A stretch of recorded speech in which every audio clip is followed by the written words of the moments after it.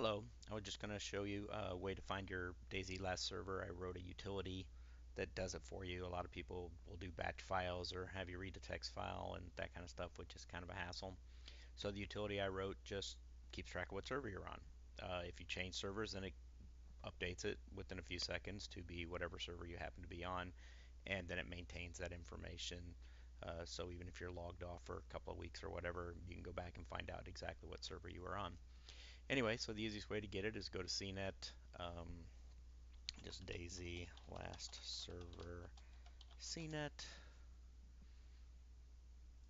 download it, or go to the page, then download it.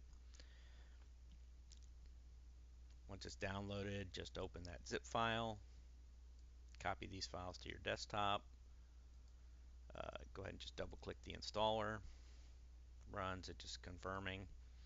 So yes, and then it's done installing, and you can actually delete both of these now. You don't need those anymore.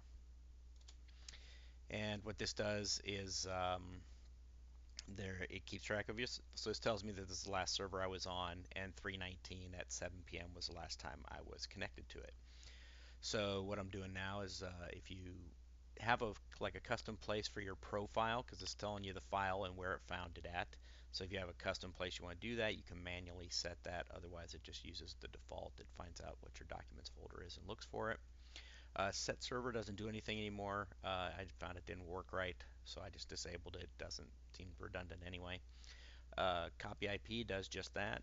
Copies the IP address to your clipboard. Copy server does the same thing, only copies the server name. And so you can do that and paste that into chat windows or whatever to your friends or anyway. And if you're feeling generous, feel free to donate. I love donations, but don't feel obligated. And cancel or X, either one just closes out of the application.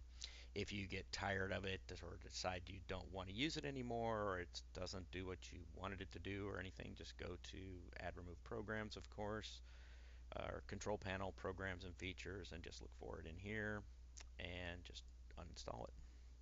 It'll confirm, and once you do that, then it's done. It's gone. No longer on your system, and you're you're free of it. Anyway, hopefully you find that useful, and if you do, please rate it. Thanks.